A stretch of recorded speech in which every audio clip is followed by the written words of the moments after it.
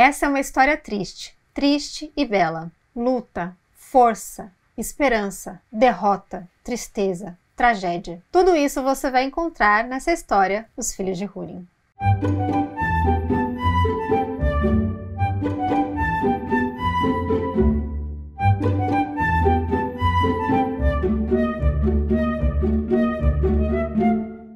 Oi pessoal, tudo bem com vocês? Eu sou Cristina Casagrande e sejam todos bem-vindos ao canal Tolkienista. Hoje eu vou falar de uma das histórias mais incríveis de J.R.R. Tolkien, Os Filhos de Húrin. Os Filhos de Húrin é um dos 3 grandes contos dos dias antigos do legendário de Tolkien. E ele, como os outros dois, Beren Lúthien e A Queda de Gondolin, vale por si mesmo, ao mesmo tempo que faz parte dessa grande engrenagem que roda a história do Quenta Silmarillion. Então você pode pegar Os Filhos de Húrin e ler sozinho, isolado, e vai entender perfeitamente, e ao mesmo tempo é um conto que faz muito sentido, é um conto pilar da história do Quenta Silmarillion, ou seja, a história da Primeira Era, basicamente. Cada um dos 3 contos tem a sua peculiaridade, tem o seu quê de especial, mas esse é o mais diferentão de todos.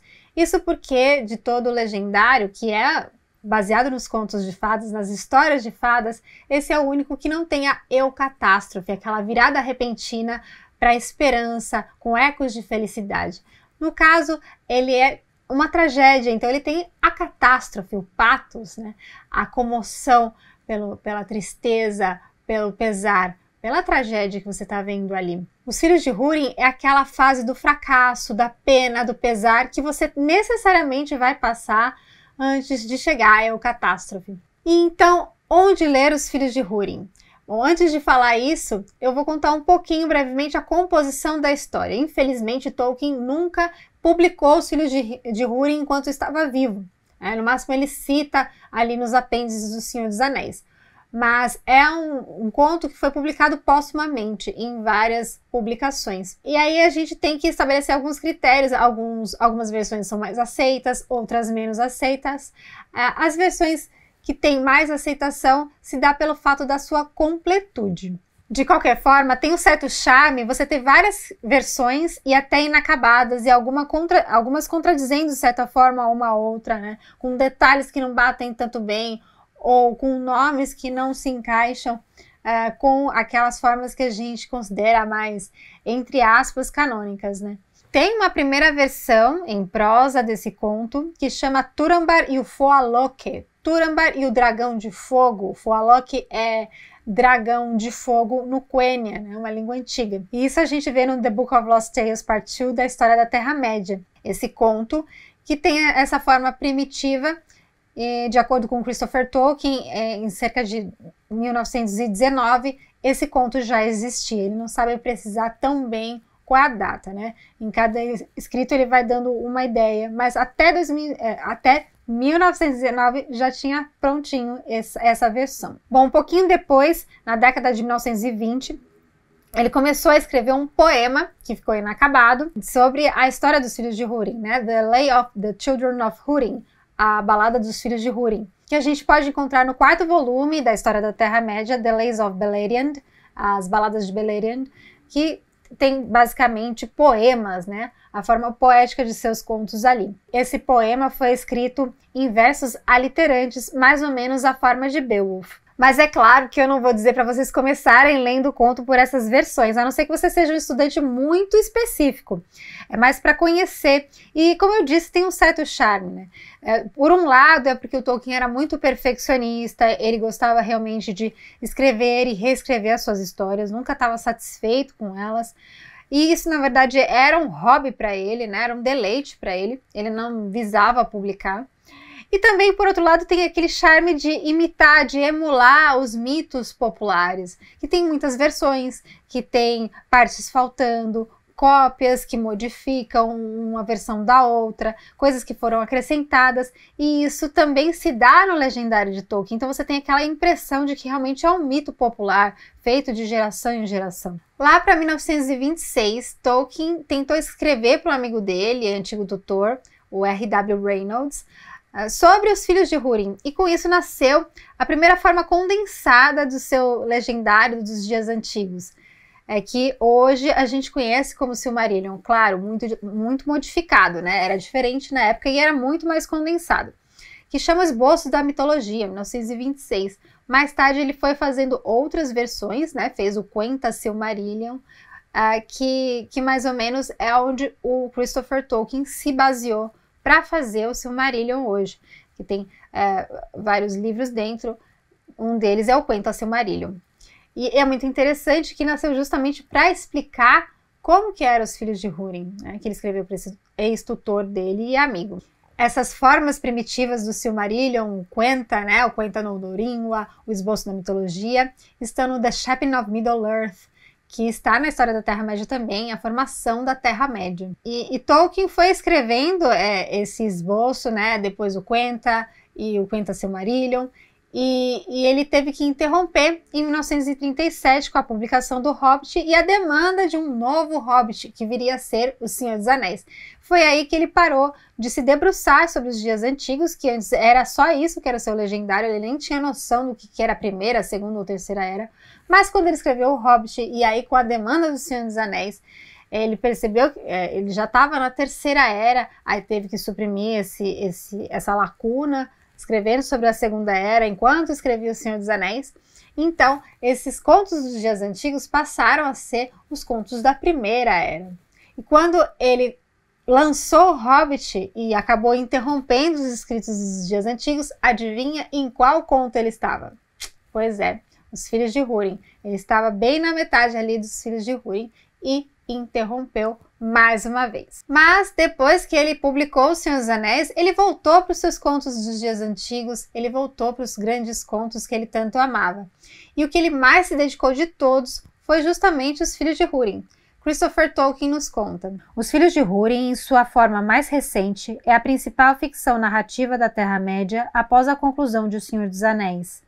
A vida e a morte de Túrin são retratadas com vigor convincente e uma proximidade que dificilmente se encontram em outros locais entre os povos da Terra-média.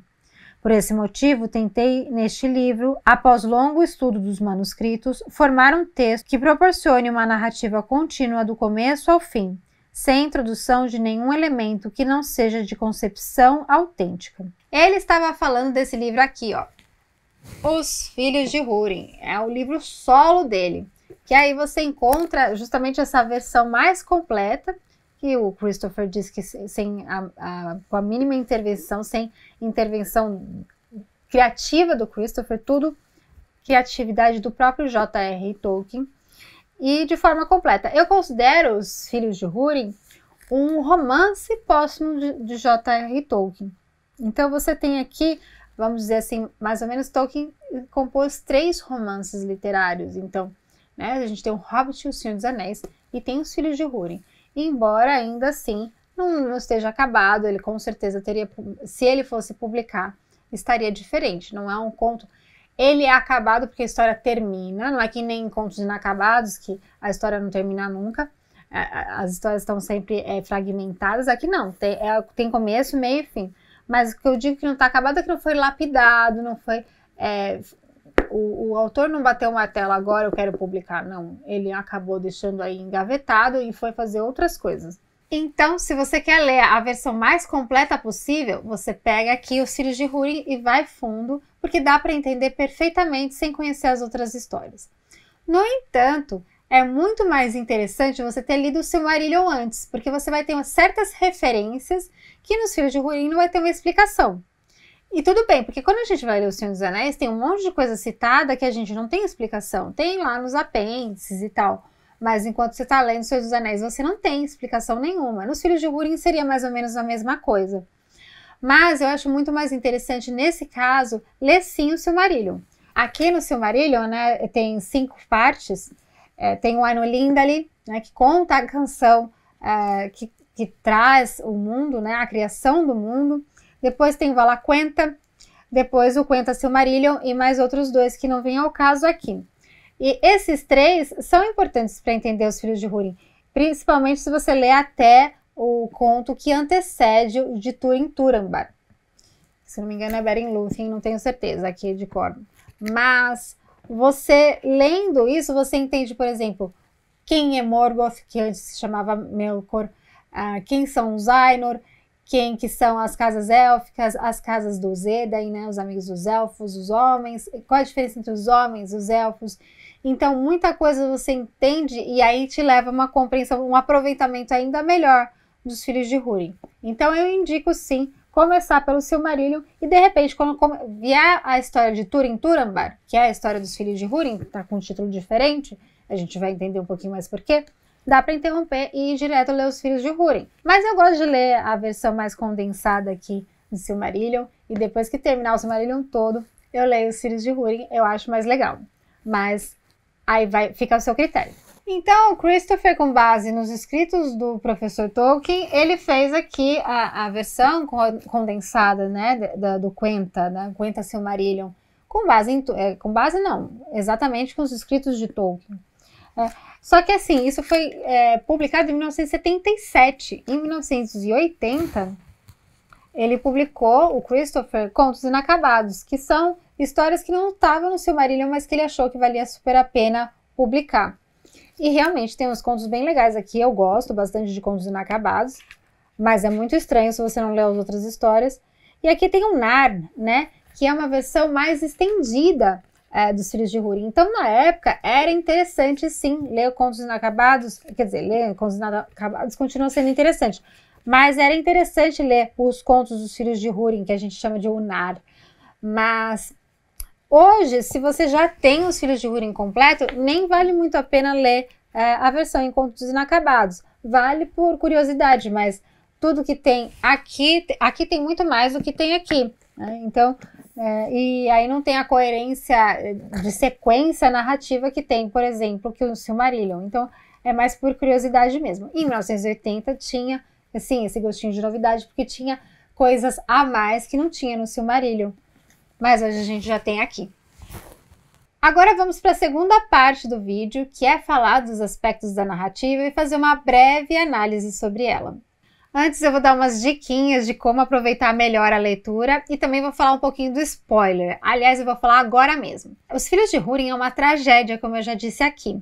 E como tal, ela imita as tragédias gregas e naquela época não existia nenhuma preocupação com spoiler. Essa preocupação a gente criou mais contemporaneamente.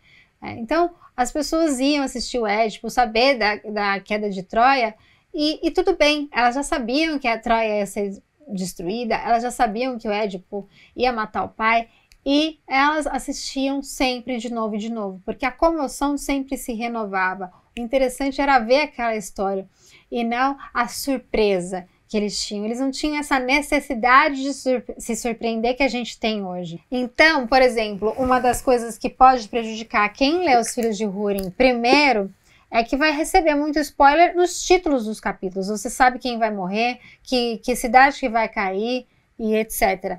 Então, eu fugiria dos Filhos de Húrin se você tem tanto pânico de spoiler assim. Aí começa pelo Silmarillion, porque só chama de Túrin-Turambar, e aí você vai se surpreendendo no processo. Mas a gente que já leu e releu essas histórias várias vezes, sabe que sempre a gente tem uma comoção e a experiência é sempre cada vez melhor, sabe? Eu confesso que aqui eu fiquei meio irritada com um dos títulos, na época, a primeira vez que eu li. Mas é uma bobagem, porque na verdade o aproveitamento da leitura é indiferente quanto a isso. Uma ferramenta que eu uso para qualquer livro, eu não consigo ler sem lápis. Se você tem preconceito com quem usa lápis e risca o livro, I'm sorry. Sinto desapontá-los, mas sim, eu risco o livro. Não risco todo, né? Mas eu dou lá aquelas minhas grifadinhas. Vou lá e faço. Não consigo ficar. Coloco o coraçãozinho. Olha que bonitinho, gente. Deixa eu abrir aqui e procurar Dor-lómin no mapa. Eu vou achar aqui Dor-lómin. Aqui. Achei. Aí, de repente, eles vão para Doriath. Eu sei que veio para cá. Enfim, eu vou fazendo itinerário junto. No começo pode ser meio chatinho, mas vai fazer com que você se perca menos. E como tá aqui na guarda, né, no finalzinho, você nem precisa colocar marcador, nem fitilho, nem nada.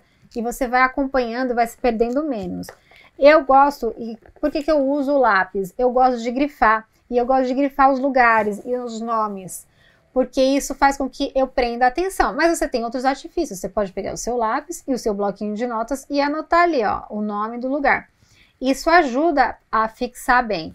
Eu acho que são grandes ferramentas para leitura. Agora, finalmente, vamos falar um pouquinho do enredo. Eu não pretendo dar muitos detalhes aqui, eu vou dar uma pincelada, porque a intenção é, quem sabe, futuramente fazer um vídeo sobre o Túrin, por exemplo, sobre o Húrin, a Morwen, etc. Então, acho que essa história vai ser retomada muitas vezes por aqui, mas eu vou falar um pouquinho para a gente trazer algumas referências, um pouquinho de análise aqui ou ali. Mas então eu já aviso, se você abomina a todo custo, mesmo assim, se eu vou falar um pouquinho só pincelado, superficial, mas mesmo assim, se você abomina o spoiler, você para o vídeo por aqui e depois que você lê, você volta para assistir o resto, beleza? A narrativa conta o castigo que Húrin recebeu de Morgoth depois da Batalha das Lágrimas Inumeráveis, Nirnaeth Arnoediad. E essa batalha, né, eles saíram derrotados, Morgoth saiu vitorioso, né, o irmão de Húrin morre na batalha, e Húrin é levado para Angband, porque ele não quer colaborar, ele não quer falar onde está Gondolin. Gondolin é um reino oculto élfico, e a profecia dizia que lá ia ser a ruína, dali sairia a ruína de Morgoth. Mais tarde a gente vai entender que é a Elendil, mas isso é uma outra história. Então, Húrin tinha visitado com seu irmão Gondolin e tinha jurado que não ia contar onde estava a cidade, né, para os aliados, para ninguém, na verdade. E Morgoth fica bem possesso e Húrin não conta porque ele sabe também, além da sua lealdade, né, dele ser firme com sua palavra, porque ele sabe que Morgoth vai enganá-lo e de qualquer jeito vai castigá-lo, mesmo recebendo a informação. Húrin, a princípio, não tem medo da morte, ele acha que Morgoth vai ameaçá-lo de morte e ele não tem esse medo. Mas Morgoth faz algo muito pior, ele vai fazer com que ele assista lá na cadeira, de camarote, a desgraça da sua família. E isso é uma dor muito maior do que a morte. Só que ele vai despertando cada vez mais e mais o ódio de Morgoth, porque ele escarnece dele, ele zomba, ele não acredita, ele desafia Morgoth. Se a gente for pegar a mitologia grega, fizer uma ponte, é claro que são mitologias diferentes, mas tem esse diálogo, ele teria cometido um conceito chamado hybris, né, no grego, que é a personificação da insolência, do desrespeito frente a um deus, de você querer ser melhor que um deus e você não baixar sua crista ali. Húrin faz mais ou menos isso. O Morgoth não é um deus na mitologia de Tolkien, ele é um dos poderes do mundo, mas ele é o mais inteligente dos Ainur, que são seres angelicais, vamos dizer assim. O mais poderoso e inteligente de todos eles. E ele traz a dissonância na canção dos Ainur, que é a canção que gerou a criação do mundo material. Ele traz a dissonância, a tragédia, a pena, o pesar, o fracasso, tudo isso no mundo veio dessa dissonância de Melkor, né? O Morgoth antes era chamado de Melkor e os elfos a partir de Fëanor passaram a chamá-lo de Morgoth, mas é o mesmo ser. Outra ponte que a gente pode fazer é com o conceito judaico-cristão do orgulho, né? O pecado do orgulho, porque Húrin é destemido, é valente, é forte, mas é muito orgulhoso. Não só ele, a Morwen, então, é muito mais. E o Túrin é idêntico, né? Todos eles são orgulhosinhos. A Nienor é a mais light, mas mesmo assim também é bem orgulhosa. Então a gente tem uma família aí de muito orgulho. Deixa de pedir ajuda, mas para não demonstrar que está precisando e acaba se estrepando ali. Então, junto ao orgulho, tem a falta de confiança e a falta de confiança na providência divina. Ela aparece muito sutilmente na história dos filhos de Húrin, mas é muito impactante, principalmente na figura de Melian, a Maia. Ela é a rainha de Doriath, né? Ela é a que mantém Doriath protegida. Enquanto Túrin está em Doriath, o Morgoth não consegue vê-lo e não consegue atingi-lo. Então, embora ele tenha um destino marcado, ele também pode burlar esse destino, mas escolhe não burlá-lo. Aí fica aquele questionamento, mas ele seria capaz? Se é destino, tem como ele vencer isso? Bom, a narrativa vai nos mostrando que sim, mas no fim das contas ele cumpre o seu destino, então vai ficar sempre aquele ponto de interrogação se ele poderia ter desafiado mesmo ou não. De qualquer forma, ele teve muitas chances de não cair na desgraça que Morgoth tinha colocado para ele. Eu estou falando aqui do Túrin, né, o filho de Húrin, porque a história acaba focando principalmente nele, ele acaba sendo o protagonista da história. Não é à toa que no Silmarillion o conto se chama de Túrin Turambar, e já no livro completão chama os filhos de Húrin, porque na verdade a desgraça vai para todo mundo da família. Outra figura que também confere a questão da providência divina, mas aparece bem de pano de fundo, é Ulmo, né? Ele aparece mais assim, contundentemente na queda de Gondolin. Mas também ele manda recado e o Túrin não escuta. Então, eles nunca escutaram Melian, dá uma raiva e não escuta também Ulmo. E acaba dando ruim. Eu gostaria de fazer um vídeo aqui sobre o Túrin futuramente, mas vamos falar um pouquinho sobre ele. Quem é Túrin? Túrin é filho de Húrin, né, o senhor da casa de Hador, das 3 casas dos Edain, que são amigos dos elfos, os homens amigos dos elfos. Ele é de uma delas, da casa de Hador. Então ele é, portanto, o herdeiro, o sucessor. Ele tem 2 irmãs, uma que ele vai conhecer só adulta, né, quando ele sai do lar deles, a mãe dele está grávida. Uma delas morre quando eles eram pequenininhos, ele tinha uns 5, ela tinha uns 3 aninhos. Urwen, chamada Lalaith, que quer dizer risada, porque ela era a alegria da casa, e ela morre justamente por conta de Morgoth, por conta do hálito maligno de Morgoth, e isso antes mesmo da Batalha das Lágrimas Inumeráveis. Então o ódio de Húrin por Morgoth já nasce dali. A mãe dele se chama Morwen e ela era considerada uma bruxa pelos lestenses, que são esses homens que vão invadir Dor Lomin, a região onde eles moram. E porque ela falava com os elfos, somente por isso, né? Ela era linda, alta, altiva, e ela tinha uma beleza élfica, ela parecia uma elfa. E o seu filho herdou essas feições da mãe. E ele era belíssimo, lindo, maravilhoso, amplo, alto, tudo. Élfico, forte, valente, destemido, tudão, assim. E só que muito voluntarioso, intempestivo, impulsivo e orgulhoso. Morwen também era tudo isso, e ela era muito austera, muito séria. E Húrin herdou também o temperamento da mãe, só que ele era um pouquinho mais compassivo, né? Ele deixava suas emoções transparecerem bem mais que a mãe. A mãe retraía as suas emoções. E ele não. Em diversos momentos a gente vê o Túrin chorando e demonstrando mais as suas paixões. Ele é um herói tão valoroso que ele até impressiona os elfos e desbanca os líderes dos seus reinos, né? Em Nargothrond, por exemplo, ele acaba tomando a liderança ali, e é um reino élfico, né? E isso faz com que a gente tenha uma associação dele com Sigurd das sagas nórdicas antigas, né, medievais, das Edas, que o Sigurd é o matador do dragão Fafnir, e ele é ali um herói sem igual. Da mesma forma, Túrin é assim. Quando teve a Nirnaeth Anoediad, a Batalha das Lágrimas Inumeráveis, ele tinha 8 anos. Então, mais ou menos um ano depois, com 9 anos, quando Dor Lomin estava sendo invadida pelos lestenses, Morwen resolveu mandar o seu filho para Doriath.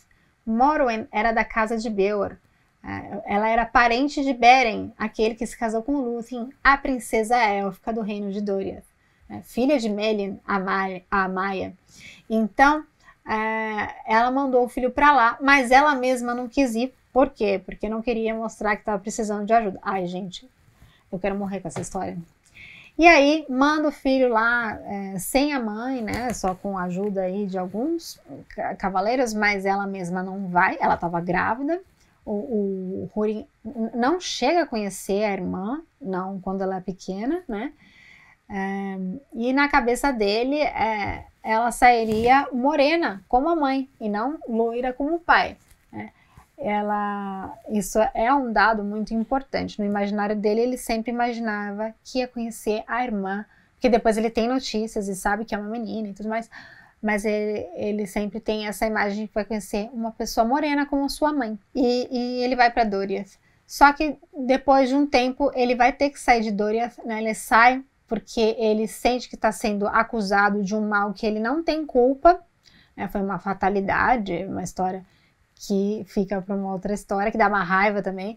Tem um elfo folgadíssimo lá, chamado Cyrus, mas ele sai e vai viver entre os proscritos. Depois disso, mas ele sempre conta com a presença de um bondoso amigo chamado Beleg Arcoforte, um valoroso elfo, e ele acompanha ele por muito tempo, né? Nesse meio do caminho ele vai passar por outras regiões e conhece outras pessoas, né? Conhece o anão miúdo Min, que é um personagem muito curioso, vale também um vídeo, eu acho. Lá ele vai viver em Amon-Ruth, né? Naquele monte onde o Min morava. Depois acontece um monte de tragédia, coisas terríveis, que você fica assim, toda vez que você lê, você fica I can't believe. E depois ele vai para Nargothrond e, enfim, acaba também atraindo desgraça. Aonde aquele menino vai, dedo podre, desgraça, mas muito valoroso, muito valente, muito impressionante. E é em Nargothrond que vem o dragão Glaurung, que é o principal ali enviado de Morgoth para essa desgraça toda acontecer. É um dragão muito interessante, eu considero o meu dragão predileto, é o pai dos dragões, na história de Tolkien, é um cuspidor de fogo. Eu considero ele um dos dragões, se não o meu dragão favorito ali, tete a tete com o Smaug, porque ele é muito inteligente, ele é muito ardiloso, então é muito interessante ver como ele opera, né? É terrível, mas é interessante como um personagem. E ele já começa ludibriando ali o Túrin, né? Ele teria a chance, a última chance, vai dizer ali, o Gwyndor, um dos elfos que acabaram ficando amigos do Túrin, seria ele ficar com Finduilas, uma elfa. Mas ele é ludibriado por esse dragão, né? E mais uma vez a gente lembra, futuramente ele vai enfrentar esse dragão com sua... não só com sua força, mas com sua inteligência, né? O Túrin é muito inteligente. E mais uma vez a gente lembra do Sigurd, né? Das sagas das Edas. Enfim, ele meio que vai sossegar na floresta de Brethil, entre o povo de Haleth, e lá ele vai conhecer uma menina que aparece nua, né? E sem saber falar, ela não sabe falar palavra nenhuma e só chora. Ele chama ela de Niniel, porque ela só chora, quer dizer pranto. Ele vai ser namorado dela, mas ele não sabia que ela era sua irmã, e isso é a sua grande desgraça. Tudo isso articulado por esse dragão, que ele vai enfrentar um pouco depois. E justamente por descobrir essa desgraça que vai ser a grande derrota de Túrin e da sua irmã Nienor, que perdeu a memória, ela simplesmente se esqueceu por causa do feitiço do dragão, e quando ela recupera, realmente a notícia é catastrófica. Então, nesse sentido, o Túrin também se assemelha a outros personagens, né, da história, como da história das narrativas humanas, né? Édipo Rei, por exemplo, que também tem um caso de incesto, ainda mais grave, né, porque o Édipo se apaixona pela mãe, mas também é muito grave. A gente tem a história de Kullervo, que tem lá no Kalevala, né, que o próprio Tolkien fez a sua versão em prosa, de tanto que ele gostava. E a Verlin Flieger fala que a história de Kullervo serve como um grande precursor dos filhos de Húrin, tá ali na cara, né? Que também tem um incesto de Kullervo em relação à sua irmã. Bom, enquanto isso, Húrin tá lá no seu cineminha terrível, assistindo tudo lá em Angband, né? Então, um sofrimento assim que acaba com aquele homem. E aí, finalmente, Morgoth o liberta, porque ele já o derrotou. A família dele tá toda desgraçada, e para culminar essa desgraça, ele encontra Morwen, que já está totalmente desfigurada pela tristeza. E eles se encontram, e aí tem o fim mais triste de todos. Se você não desabou até aí você desaba de vez. Bom, gente, quem conhece a história sabe que eu só dei uma pinceladinha nessa tragédia que, apesar de terrível, é belíssima. Quanto mais terrível, mais bela ela fica. É uma história que nos ensina sobre o orgulho, sobre a providência, sobre o quanto o mal pode ser mal. A gente vê todo o poder maligno de Morgoth nessa história, que é muito maior do que a morte. Né? Muito mais terrível, vamos dizer assim, não maior, mas muito mais terrível do que a morte. Enquanto eu estava fazendo esse vídeo, né, fazendo a pesquisa, eu encontrei duas bandas, dois álbuns, chamados The Children of Húrin. Uma é de uma banda de rock progressivo chamada Ainur. Então fica aí indicado para vocês. E também tem uma ópera muito legal. Quem compôs foi o Paul Corfield Godfrey, com autorização do State. Então é uma ópera muito legal de ouvir e seria incrível assistir também. Então eu indico para vocês. É isso, pessoal. Eu espero que vocês tenham gostado do vídeo, que vocês tenham se interessado em ler e reler essa obra. Deixem aí nos comentários se acrescentou alguma coisa em vocês, essa pequena análise aqui. Qual foi a experiência de vocês ao ler a história, se vocês ficaram com vontade de ler a história. É isso. Obrigada a todos vocês. Beijos e até mais. It was a long road. I have come as I could. But you are too late. They are lost. I know. But you are not. Almost. I am spent. I shall go with the dawn.